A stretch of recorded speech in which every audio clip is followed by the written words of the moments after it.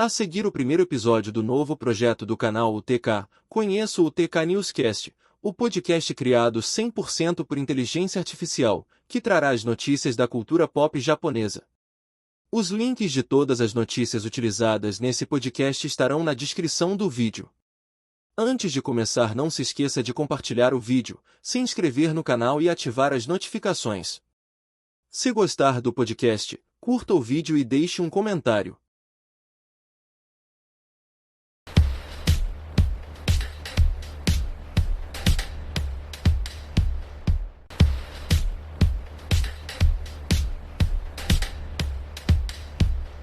Olá e bem-vindos! Cara, o início de dezembro de 2025 foi uma avalanche. Sério, parecia que a cada hora surgia um anúncio novo do mundo dos animes, dos mangás, de tokusatsu. É tanta coisa que a cabeça até dá um nó. A nossa missão hoje é mergulhar nessa pilha de matérias de sites especializados e tentar, sei lá, encontrar um sentido nesse caos, né? Não vamos só listar notícias, vamos tentar entender a estratégia por trás de tudo. E essa é a questão central, né? Porque esse volume todo de anúncios não é coincidência. Ele revela uma indústria num momento muito particular, de ansiedade e de oportunidade, eu diria. A nossa análise hoje vai ser sobre isso. Tentar decifrar o que cada anúncio nos diz sobre o estado atual do mercado. É confiança no futuro ou é medo de ficar para trás? Cada anúncio é uma peça nesse quebra-cabeça. E acho que isso é crucial. Hoje em dia, a gente é bombardeado com trailers, com posters, mas entender a estratégia por trás é o que separa, sabe, o fã casual de quem realmente entende o mercado. Então, vamos começar pelo anúncio que, para mim, foi o mais inesperado de todos. O mangá Look Back, de Tatsuki Fujimoto, o mesmo autor de Chainsaw Man, vai virar um filme live action. O que por si só já seria uma grande notícia dado o status do Fujimoto hoje em dia. Exato. Mas aí veio o detalhe que me fez reler a notícia umas 3 vezes para ter certeza. O diretor é Hirokazu Koreeda. Eu nunca, em 1 milhão de anos, imaginaria o diretor de Assunto de Família e Monster adaptando o mangá do Fujimoto. Isso é completamente fora da curva. É uma declaração de intenções. Total. Trazer um diretor do calibre do Koreeda, um nome frequente em Cannes, para um projeto desses, é uma tentativa de elevar a adaptação de mangá a um patamar de cinema de arte. É uma busca por legitimidade cultural. E as palavras do próprio Koreeda mostram que isso não é só um trabalho por encomenda, sabe? Ele disse que leu o mangá e sentiu, quase de forma dolorosa, que Fujimoto só poderia seguir em frente depois de colocar essa história no papel. Ele viu um peso ali, uma necessidade artística. Chegou até a comparar com o sentimento que ele teve ao fazer o próprio filme Ninguém Pode Saber. E a resposta do Fujimoto foi a cereja do bolo. Ele elogiou a direção minuciosa do Koreeda em Nossa Irmã Mais Nova e basicamente disse: se o diretor Koreeda for filmar Look Back, então não tenho mais nada a dizer. É o tipo de respeito mútuo que a gente sonha em ver. Mas a minha dúvida é, o público-alvo do Koreeda e o do Fujimoto se cruzam? Ou a ideia é justamente criar uma ponte que nunca existiu antes? Essa é a grande aposta. Com certeza. Eles não estão falando só com o fã de anime. Estão falando com o cinéfilo que talvez nunca tenha lido mangá na vida. Eles querem que o Look Back seja discutido nos mesmos círculos que discutem os filmes indicados ao Oscar. E a história de Look Back é perfeita para isso. É sobre Fujino e Kyomoto, 2 jovens artistas, fala sobre paixão, rivalidade, culpa, o poder da criação. São temas universais, perfeitos para a sensibilidade do Koreeda. É um risco, claro, mas um risco que pode redefinir o que uma adaptação de mangá pode ser. Totalmente. E saindo desse extremo do cinema de arte, a gente cai direto no extremo da cultura pop de massa, com uma notícia que parece piada, mas é real e maravilhosa. A Turma da Mônica vai fazer uma paródia de Demon Slayer, Kimetsu no Yaiba. O nome? Lemon Slayer. Caçadores de azedos. E se Look Back com o Koreeda é sobre buscar prestígio, Lemon Slayer é sobre celebrar o alcance. Isso demonstra o quão fundo Demon Slayer penetrou na cultura brasileira. Chegar ao ponto de ser parodiado oficialmente pela Maurício de Souza Produções, que é um pilar da nossa cultura, é o atestado final de que o anime não é mais de nicho, ele é o mainstream. E os detalhes são geniais.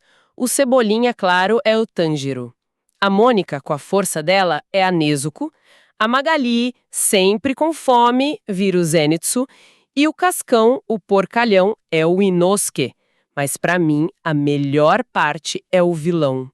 O Louco, um dos personagens mais caóticos do Limoeiro, vai ser o Muzan, ou melhor, o Louco Zan.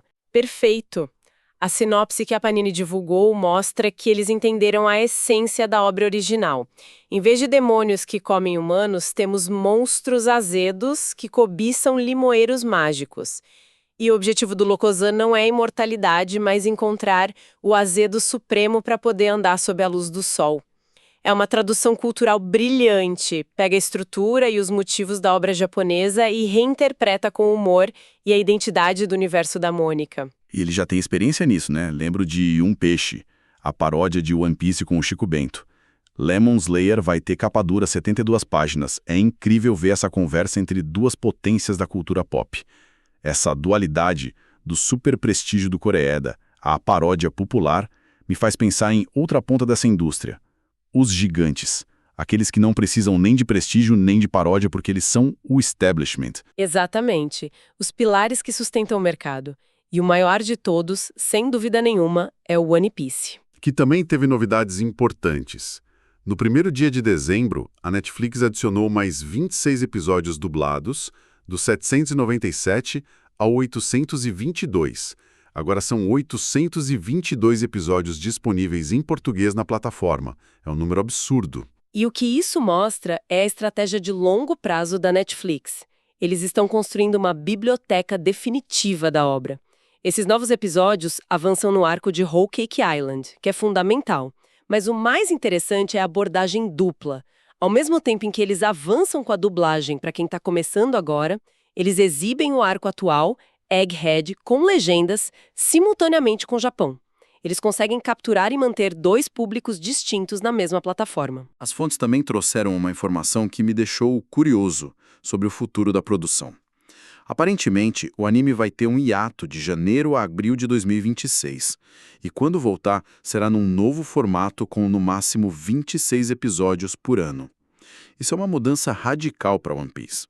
Será que os fãs, acostumados com um episódio toda semana, não vão se frustrar? É um risco calculado. A verdade é que o modelo de produção semanal ininterrupta para uma série tão longa se tornou insustentável em termos de qualidade. A animação sofria, o ritmo era lento para não alcançar o mangá, os fillers eram constantes. Mudar para um modelo sazonal, como a maioria dos animes modernos, é uma tentativa da Toei Animation de elevar o padrão de qualidade, dar mais tempo para a equipe e mais espaço para o mangá respirar.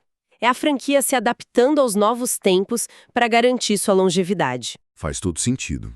E falando em longevidade e em coisas que marcaram época, vamos para um anúncio que atinge em cheio a nostalgia de quem cresceu nos anos 90. Foi confirmada a sequência de Samurai Warriors, ou como a gente conhecia melhor, Samurai Troopers. A nova série se chama Yoroi Shinden Samurai Troopers e estreia já em 6 de janeiro de 2026. E aqui a gente vê a fórmula da nostalgia sendo aplicada com uma precisão cirúrgica. Primeiro, a produção está nas mãos do estúdio Sunrise, o mesmo do original, o que garante uma continuidade estética e de espírito. Segundo, eles trouxeram de volta peças-chave, como Hideo Okamoto, o designer das armaduras originais. Isso é um sinal de respeito ao legado. Ter as novas armaduras desenhadas pelo mesmo criador é algo que os fãs antigos valorizam imensamente. Eu confesso que me arrepio só de pensar em ouvir uma nova versão daquela abertura clássica, com uma animação moderna. A trama se passa décadas depois, com 5 novos jovens samurais, o que também parece ser a abordagem padrão para essas sequências, né? Sim, é um modelo de passar a tocha. Você honra o passado, trazendo elementos e criadores originais, mas introduz uma nova geração para cativar um novo público. É uma aposta segura, porque você já tem uma base de fãs garantida, movida pela memória afetiva e, ao mesmo tempo, tenta se renovar. E a Toei sabe disso melhor que ninguém, o que nos leva diretamente para o mundo do tokusatsu. Onde eles fizeram um anúncio talvez mais radical de todos, um tal de Project R.E.D., que vai simplesmente assumir o horário que por décadas pertenceu ao Super Sentai. De domingo da TV Asahi é uma instituição no Japão.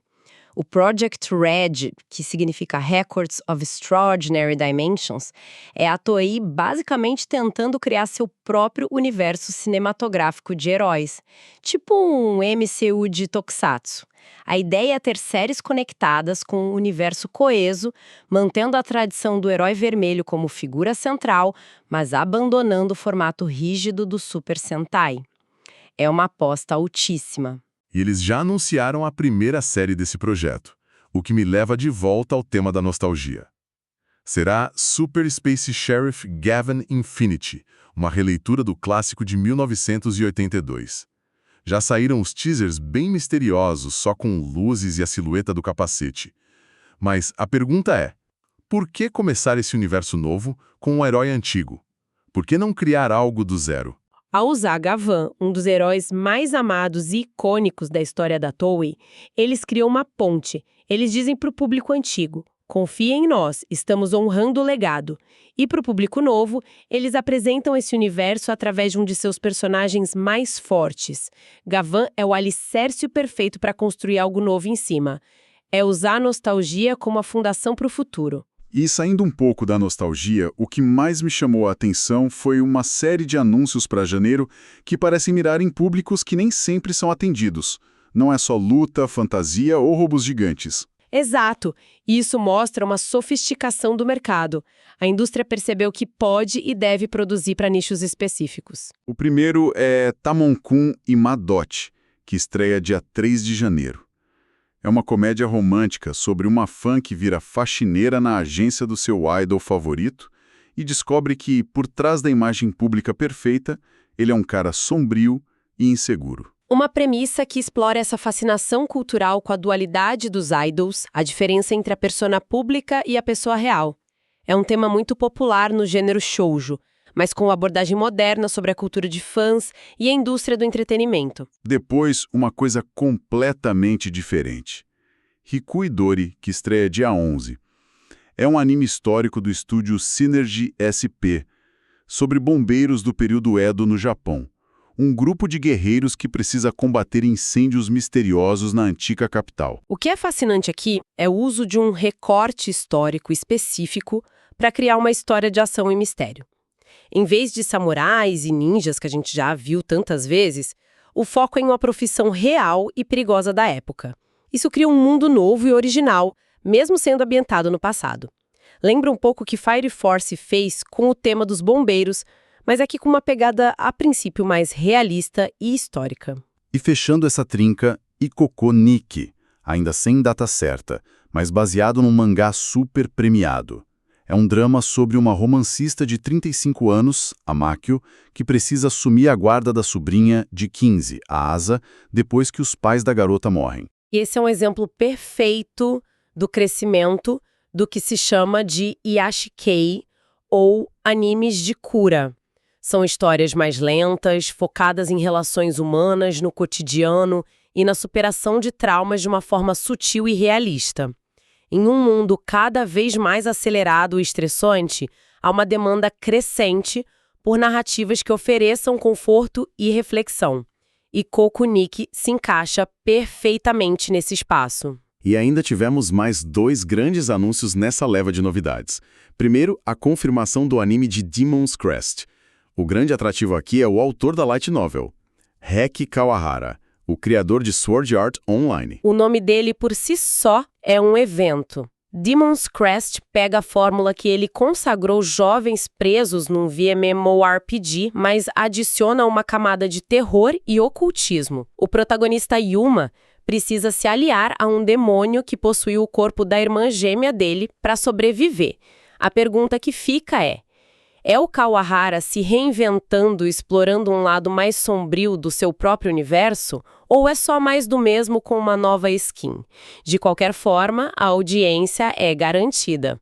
E por último, mais uma aposta gigante da Netflix. O filme original Shou Kaguya Hime, que estreia em 22 de janeiro. Minha primeira reação foi, de novo a princesa Kaguya? A gente já viu essa história tantas vezes, inclusive numa obra-prima do estúdio Ghibli. O que tem de diferente aqui para justificar uma produção desse tamanho? Essa é a pergunta-chave, e a resposta está na equipe que eles montaram. A Netflix não está apostando na história em si, que é de domínio público, mas sim nos talentos por trás dela. A direção é de Shingo Yamashita, o cara responsável pelas aberturas alucinantes de Jujutsu Kaisen e Chainsaw Man. A música tem nomes como Ryo, da banda Supercell, e Honeyworks. Eles estão vendendo o filme não pela história, mas pelo espetáculo audiovisual. É uma estratégia de all-star game, juntar os maiores talentos da indústria para criar algo com um apelo global e instantâneo, focado na estética e na experiência sensorial. Ufa! Que maratona! Então, para resumir essa loucura toda, tivemos um mangá cult virando filme de arte com diretor premiado, um fenômeno global ganhando paródia de um ícone nacional, um gigante como One Piece se adaptando ao futuro do streaming, clássicos dos anos 80 e 90 sendo ressuscitados para uma nova geração, e uma safra de animes inéditos que vai do drama familiar intimista ao terror em realidade virtual. O que tudo isso revela, no fundo, é uma indústria em um momento de contradição. Existe uma ansiedade que a leva a apostar em portos seguros. A nostalgia de Samurai Troopers e Gavan é o dinheiro garantido, o investimento que não tem erro. Ao mesmo tempo, existe uma busca por oportunidade e expansão. O prestígio de ter Koreeda adaptando Fujimoto é a busca por legitimidade cultural, para calar quem ainda vê mangá como algo menor. E as parcerias com a Netflix, como no filme da Princesa Kaguya, são a aposta no futuro, na dominação global. Cada anúncio é uma peça nesse tabuleiro complexo de sobrevivência e crescimento. E isso nos deixa com uma reflexão final. Com tantas obras do passado sendo revisitadas, de clássicos absolutos a mangás de poucos anos atrás, o que isso nos diz sobre o equilíbrio entre inovação e nostalgia na cultura pop japonesa hoje? Estamos vendo uma celebração do legado ou um sintoma de que a indústria está cada vez mais receosa em apostar em histórias 100% novas e originais? Fica a pergunta: onde termina a homenagem e começa a zona de conforto?